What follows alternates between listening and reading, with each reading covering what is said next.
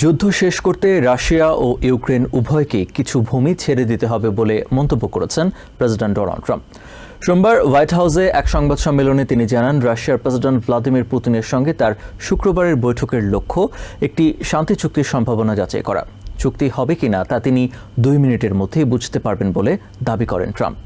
তবে চুক্তির জন্য ইউক্রেনের প্রেসিডেন্ট ভলোদিমির জেলেনস্কির শর্ত নিয়ে বিরক্তি প্রকাশ করেন প্রেসিডেন্ট।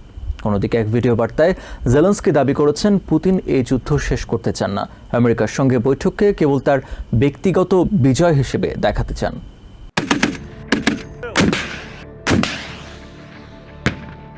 ওয়াশিংটন ডিসির আইন শৃঙ্খলা পরিস্থিতি নিয়ে সোমবার হোয়াইট হাউসে সংবাদ সম্মেলন করেন প্রেসিডেন্ট ডোনাল্ড ট্রাম্প। এ সময় তিনি রাশিয়ার প্রেসিডেন্ট ভ্লাদিমির পুতিনের সঙ্গে শুক্রবার অ্যালাস্কায় হতে যাওয়া তার বৈঠক নিয়েও কথা বলেন। ট্রাম্প বলেন, পুতিনের সঙ্গে তার আলোচনার লক্ষ্য হবে একটি সম্ভাব্য চুক্তি নিয়ে প্রাথমিক মতামত যাচাই করা। This is really a feel-out meeting, a little bit, and President Putin invited me to get involved. He wants to get involved. I believe he wants to get it over with. Now, I've said that a few times, and I've been disappointed. এর আগে পুতিনের সঙ্গে ফোনালাপে যুদ্ধ বন্ধের আহ্বান জানানোর পরও Russia যুদ্ধ অব্যাহত রাখায় হতাশার কথা জানান তিনি। Because I'd have like a great call with him, and then missiles would be lobbed into Kiev or some other place, and you'd have 60 people laying on a road dying.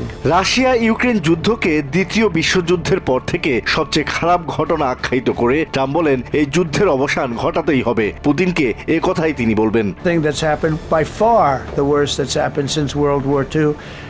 So I'm going in to speak to Vladimir Putin, and I'm going to be telling him, you got to end this war, you got to end it.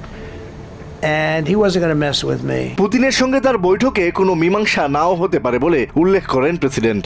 So I'm going to go and see the parameters. Now I may leave and say good luck, and that'll be the end. I may say this is not going to be settled. পুতিনের সঙ্গে আলোচনার পর তিনি ইউক্রেনের president Volodymyr Zelensky, European Union ও নেটোর নেতাদের সঙ্গে দ্রুত এ নিয়ে কথা বলবেন বলে জানান ট্রাম্প। চুক্তি করা তার কাজ নয় বলেও উল্লেখ করেন তিনি।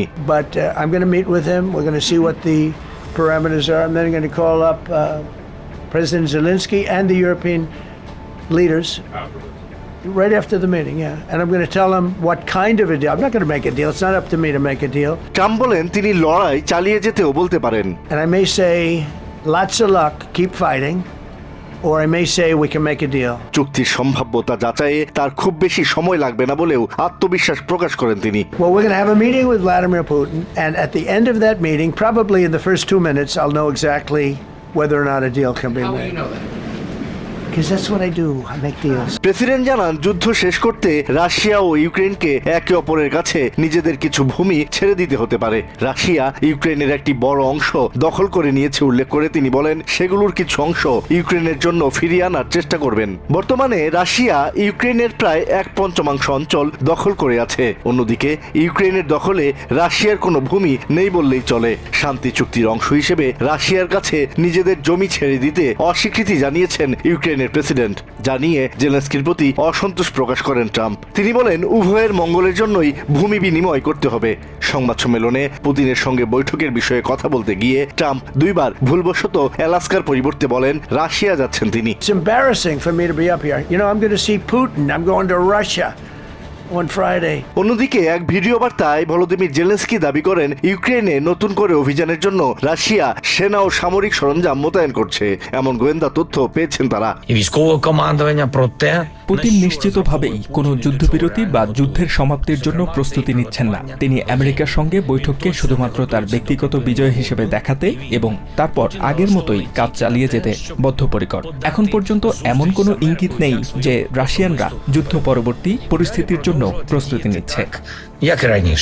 Тиснути на Україну, так як раніше. ইউক্রেনের চলমান পরিস্থিতি নিয়ে ভারতের প্রধানমন্ত্রী নরেন্দ্র মোদী এবং কানাডার প্রধানমন্ত্রী মার্ক কার্নির সঙ্গে তিনি কথা বলেছেন জানিয়ে জেলেনস্কি বলেন, ইউক্রেনের অংশগ্রহণ ছাড়া তাদের ভবিষ্যৎ নিয়ে কোনো সিদ্ধান্ত নেওয়া যাবে না। Зокрема, з прем'єр-міністром Моді можливості впливу. আসাদ রিয়েল, TVN 24 news desk. New York থেকে সম্প্রচারিত TVN 24 টেলিভিশন বিশ্বজুড়ে বাঙালির কণ্ঠস্বর।